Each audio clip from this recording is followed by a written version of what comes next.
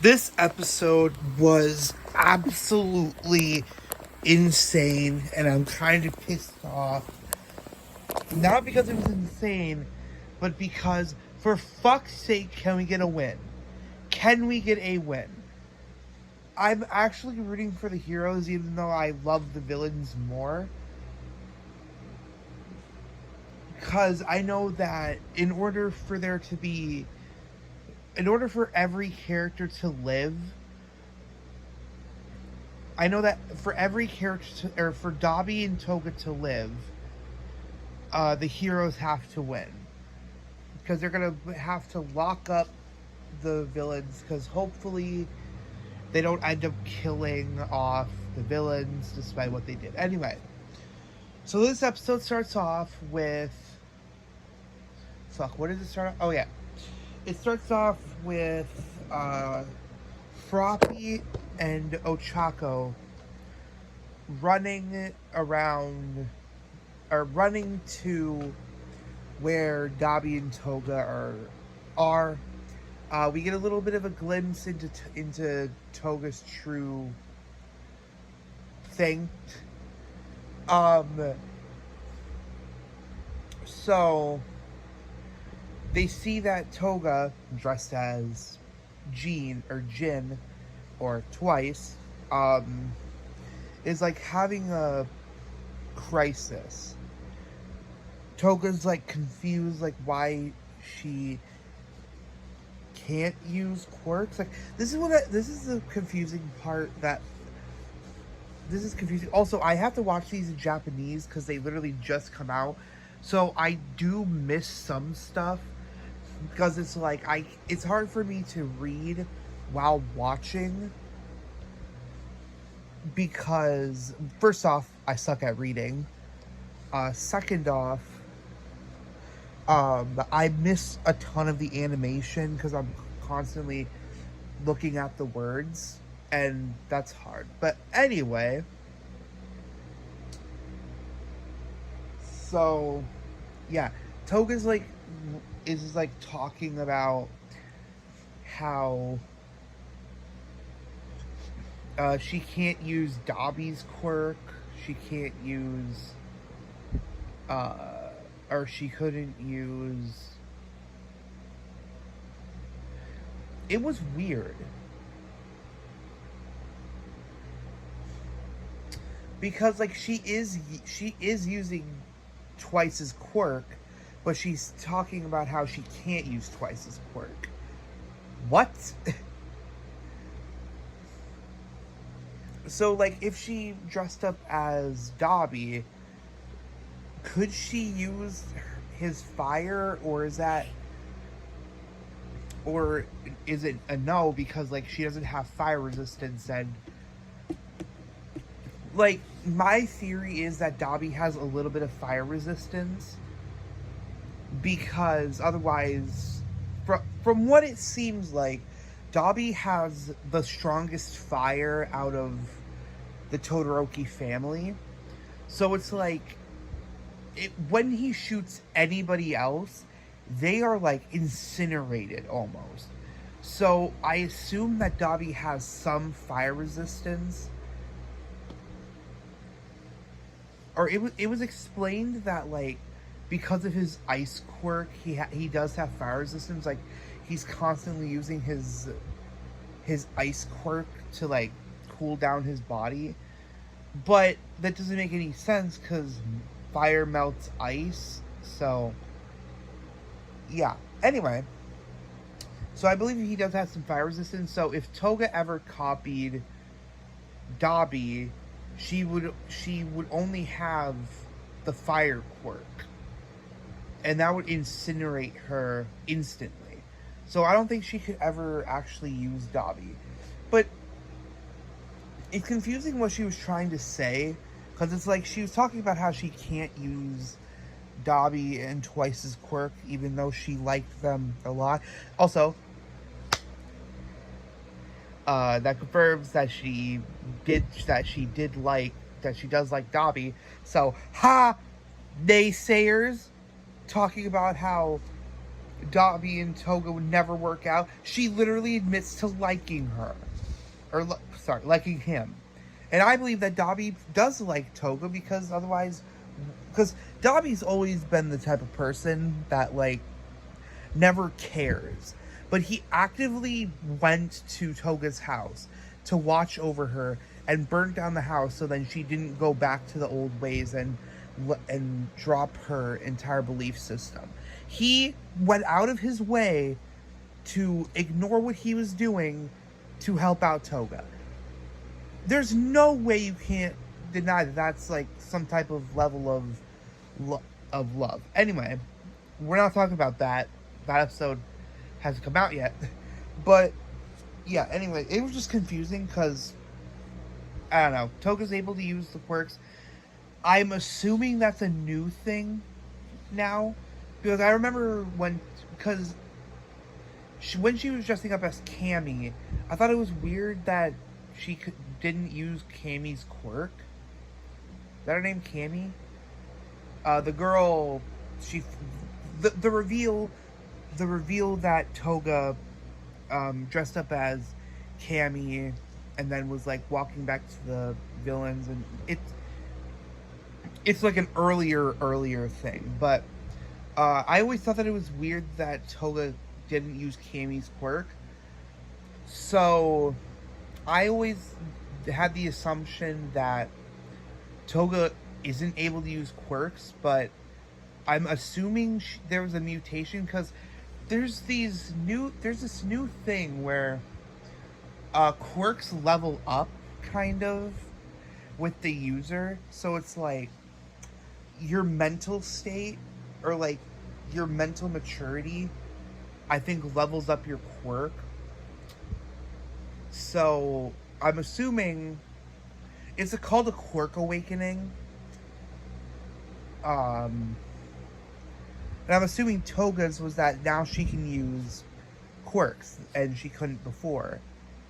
But yeah, anyway, before I forget about the rest of the episode because it's such a big talking point. Sorry, I love Toga and Dabi so much. Anyway, so then we cut to, I think, if I remember correctly, we cut to, All For One, and we see Makia,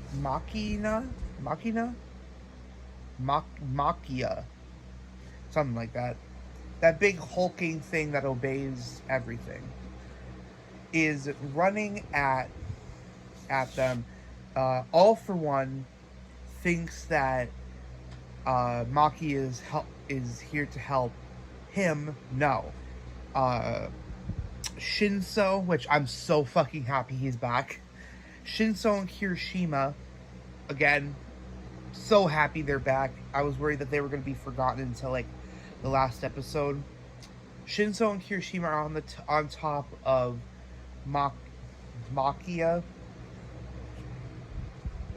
and Shinso is like telling Makia to do stuff, and yeah, essentially Makia is upset with All For One for essentially abandoning him.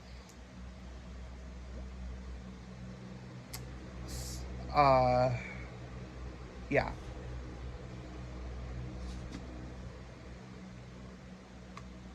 So then we get a cut back to how they're on top of Makia and everything. So we get a flashback, and Makia breaks out of a facility. Kirishima runs to Shinso, but then a sludge monster takes over Shinso. The same sludge monster that showed up in the first episode. And Kirishima hardens, and starts ripping apart Sludge, which I thought that would work. I thought that was going to work, but no. So then, Ashido, or Mina, uses her acid to shoot stuff.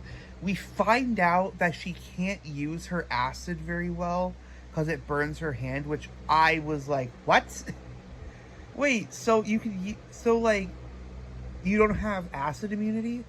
Which I always thought Mina had acid immunity. But apparently not. But then she sees that Kirishima and Shinso are in trouble. She shoots acid at the sludge monster. That defeats the sludge monster. And yeah. But before they could say anything, Mina's running back and screaming at the people in the sky. Because there's this guy, I think he's making like sound waves to like mute the hero so they can't talk to Makia. And then Mina passes out. And who's there but Kirishima to catch Mina and hold her in his arms. And I fucking ship these two. I'm sorry, okay? I'm the type of person that loves romance in shows, and these two are adorable. But it's short lasted because I thought that Mina was gonna die. I thought this was Mina's death, and I was like, no, you can't do this. But I think she's alive. I think she's just like passed out because of the acid and like not enough water. Literally said dehydrated. Oh, and Makia kills Mount Lady or damages Mount Lady. Either way, it's not looking good for Mount Lady. So yeah, and then we cut back to All for One, and I was confused on what was going on because after that whole thing, I think, if I remember, Makia drops Shinso.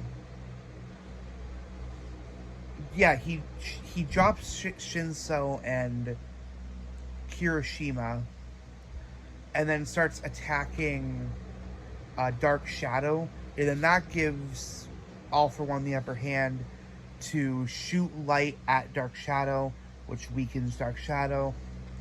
But I was confused on what was going on. I thought that Shigaraki somehow got to All for One because All for One looked weird.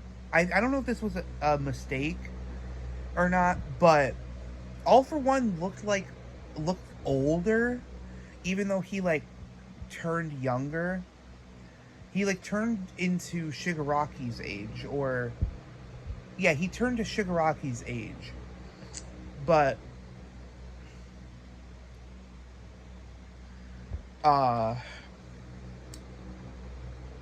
fuck, hold on. I'm trying to regain my thought. But like it looked like he was cut in half, which was weird. It looked like he was like cut in half. Like he was missing half of his lower body. But then he cut to the next scene and he's fully intact. So I don't know what happened. Anyway. So yeah, All for One shoots light at Dark Shadow and that causes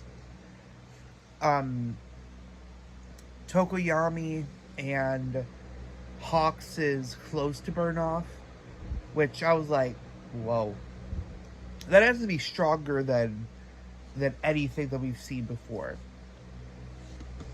So then we get the scene of All for One going up to Hawks, choking him out, and taking Hawks' quirk. First off, why do you need the quirk? I don't know if it's the fact that he needs it or he's just taking it so Hawks can't use it. But if it's because he can already fucking fly, I'm wondering if it's also because like he can shoot stuff now, like he can shoot the feathers. If that's the case, like dude, you already have all the power set. The part that confuses me is that All for One could probably snap his fingers and kill everybody, but he doesn't. So I think his downfall is going to be the thrill of the fight. I think he likes to fight people. and he's like getting a thrill out of beating up these children. He's an awful person. But yeah, he takes Hawks' quirk, which I was like, what? So Hawks is just quirkless now, and I swear to, I'm not even gonna mention it. Anyway, and then this is I laughed at this part. I'm sorry. It's supposed to be emotional, but it was just fucking hilarious to me. Mineta throws a purple ball at him and is like, pay attention to me, you get a really cool hairstyle. And I'm like, Mineta, you fucking bitch. You really think you can do anything against this fucker? Like, not even Dark Shadow could beat this son of a bitch. And you think that your purple balls are gonna really do something? I just feel like they did that to like give Mineta something, because let's be honest, Mineta is, I never wish death upon any of these characters, but Mineta, I honestly hope that he dies. I really do. And I think that's where the episode ends. Yeah, that's where the episode ends, with All For One continuing his journey on fighting Shigaraki. So, with that being said, this episode was insane.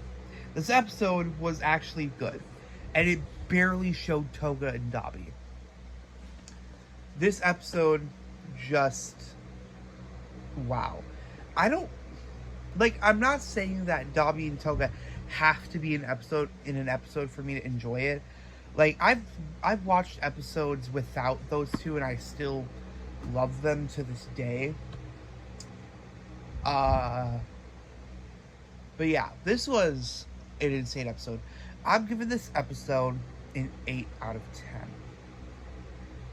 An 8.9 out of 10. I just loved that the heroes were kind of winning at some point, because I'm kind of getting tired of the villains always winning in the end. Like, every episode this season has been, oh, the heroes do like 1 point of damage, and then the villain just like absolutely annihilates the fuck out of everybody. And it's just like, I'm kind of getting tired of that motif, because it's like, this is not realistic. Like, yes, the villains are very, very powerful, but still the heroes are also powerful. So it's like, the fact that they're not doing any damage to All For One is kind of annoying. Because I know why none of them are doing any damage. It's because they're saving up for All For One versus Deku. But I'm sorry, I get that Deku is extremely strong, but you're not going to sit here and tell me all of the shit that they have thrown at All For One wouldn't do any damage. You're not going to sit here and tell me that. I'm sorry, but it seems like Deku is not going to win this fight. I'm sorry, okay? It just seems like Deku, all he does is punch. All Deku does is punch. And you're going to sit here and tell me that he's going to do any damage to All For One when we've seen countless shit thrown at All For One. I'm sorry, but I don't think so. As much as I know that I don't like Deku much, because I think that he's like, he's not badly written, but he doesn't have any character development. In fact, I think he has character regression, considering that he goes through an emo era where he's just like essentially an anti-hero, like a vigilante. So it's like he never changes other than like that. But that's more character regression than anything. But anyway, enough about Deku. Overall, episode was fire. The fights were amazing. I also loved that because my entire worry about this season was that we're never going to get a scene with Kirishima and Mina because there's no big villains there, which was kind of disappointing to think about because like even though this was like something I used to complain about, that MHA does episodes about characters that aren't essential to the storyline, but I missed that because I'm going to be honest, as a Kirishima and Mina lover, they're not really essential to the big story. So my worry was that they weren't gonna do anything with them this entire season until the final episode. And that kind of made me sad, which is weird because like I was always the person that was like, why are we giving these characters that don't really matter episodes? But now I'm like, okay, so it's essential because otherwise you're gonna feel like there's a missing piece to the puzzle. So I'm really happy that they went back to Kirishima, Mina, and Shinso. Just, this episode, man. Bro, this episode, dude. It's just, oh my god, this episode was so good. It was not better than 2 Flash Fires.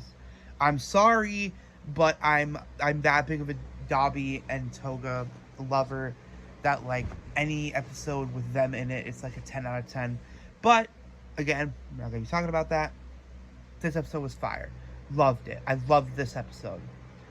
But yeah, that was it. This was a longer one. I'm surprised that I yapped for this long, considering that the past couple of these episodes have been short, on the shorter end, mainly because they're like smaller episodes.